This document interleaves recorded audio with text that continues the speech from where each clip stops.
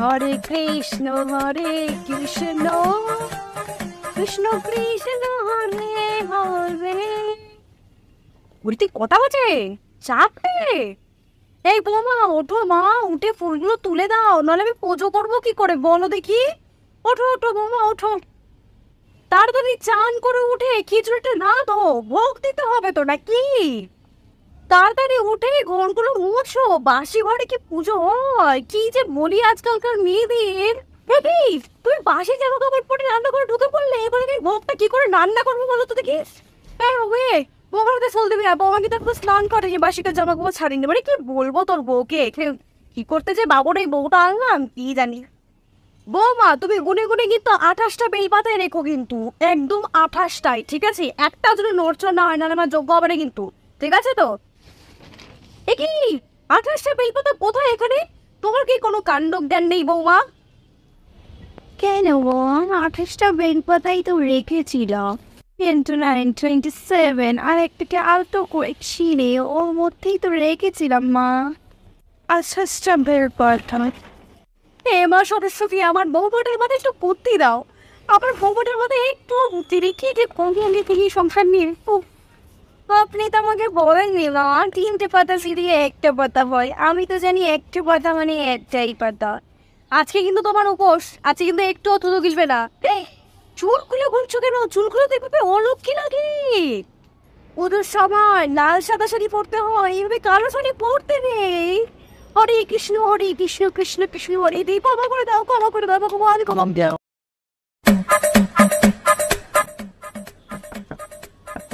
এই বৌমা সকাল 5টা বাজে ঘুম থেকে ওঠো।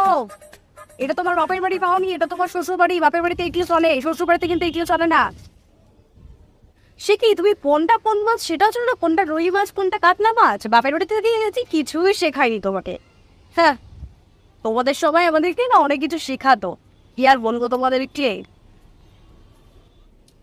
বাপের বাড়ি থেকে কিছু শেখায়নি গো, আমার পরে বসিয়ে দিয়ে গেছে গো আমার ঘরের মধ্যে, কি আর বলবো। শোনো আচ্ছা, এটা কিন্তু তোমার বাপের বাড়ি না, এটা কিন্তু তোমার শ্বশুর বাড়ি, ঠিক আছে? সবার মন ঝুঁকেই কিন্তু তোমায় চলতে হবে, তোমার ভালো লাগা খারাপ লাগা কিন্তু কেউ দেখবে না।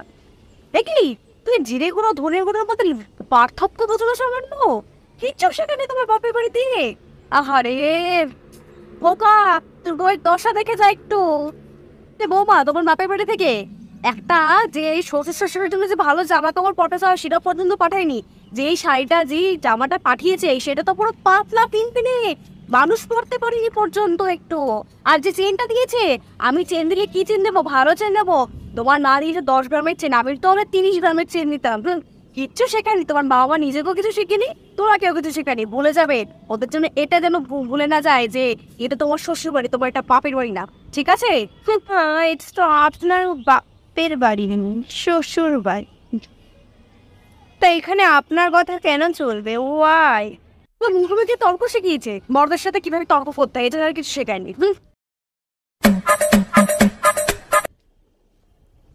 বাবা তুমি কি এখনো ঘুমাচ্ছ গো? আচ্ছা বাবা তুমি তাহলে ঘুমাও, হ্যাঁ আমি ব্রেকফাস্টটা তৈরি করে দেবো। ওই তো মা মানে আমি আর তুমি আছি, মা মেয়ে আছি তো, তাহলে ওই ব্রেকফাস্টে করবো, তাহলে ওই ডাল আলু সিদ্ধ ভাত বসিয়ে দেবো, দুজনে ভালো হয়ে চলে যাবে। তুমি তাহলে ঘুমাও। হ্যাঁ উঠতে হবে না, আমি আসছি। কে ঘুমা? খোকার সাথে কি তোমার ঝামেলা হয়েছে না বিগো? তুমি চিন্তা করো না, ওকে একটু চিলি চিকেন আর একটু বাটার নান করে দিও, ও সেটাই ভালো খায়। আর শেষ করতে একটু চাটনি আর মিষ্টি আর একটু আইসক্রিম, ঠিক আছে? ঝামেলা করো তো ভালো না মা, সংসারে বলো কি আসে, ঠিক আছে? ঝামেলা করতে হবে না। সেই ঠিক করতে করতেছি। মা আজকে আপনার ছেলের সাথে না একটু বিয়ে বাড়িতে যাবো, তা আপনার কাছে কোনো চুড়ি ফুড়ি আছে? আমি তো বাপের বাড়ি থেকে কোনো চুড়ি ফুড়ি আনতে পারিনি, হাতটা খালি খালি লাগছে। সে কি বৌমা, দাঁড়াও আমি এক্ষুনি দিচ্ছি। দেখো বৌমা তোমাকে একটা কথা বলিস, আমার বয়স্ক কালের পরে তো তুমি আমার খাও। একটা না বৌমা, তোমাকে সিটি উল্টো তোমাকে আমি সোনাটাই দিচ্ছি, এই যে এটা আর এই যে আস্তটা, বুঝলে? এটা ভারী আছে, ভালো আছে, কিন্তু নষ্ট করবে না। আর কি বলো তো বৌমা, এই যে পলোটা আছে এটা তো আমি সাধারণ ছবিতে খুঁজতে পারি না বলো, কিন্তু এটা ভবিষ্যৎ তোমার না বৌমা, না বৌমা। ঠিক আছে মা, পড়ো না বৌমা। আচ্ছা এইবার ভালো লাগছে, এবার যাও। হ্যাঁ ঠিক আছে মা, আসছি, যাও সাবধানে যাও।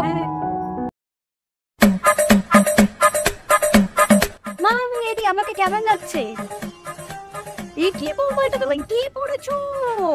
তুমি একটা আদ্দামড়ে মেয়ে আছো, তুমি সেটা শাড়ি পরতে পারো না? আমার ক্লাস 4-এর একটা নাতনি এত সুন্দর শাড়ি পরে, তুমি মানে কি বলবো, অপমেন্ট একটা ঢেকি আমার কপাল এসে জুটেছে।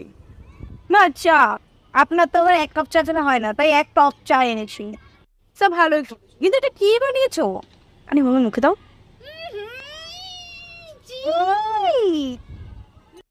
কেন, কি হয়েছে না?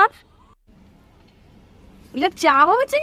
এটা মুখে জল হয়েছে? এটা পাশের বাড়ির বৌমা এত সুন্দর চা বানায়, কাউকে যদি আমার বাড়িতে ইনভাইট করি তাহলে সে কিভাবে বলবো তাকে আমি চা খাও? তুমি নামই দামি হয়েছো, তোমার বান্ধব ভাই তোতে বিয়ে দিন আমি বলতে পারলাম।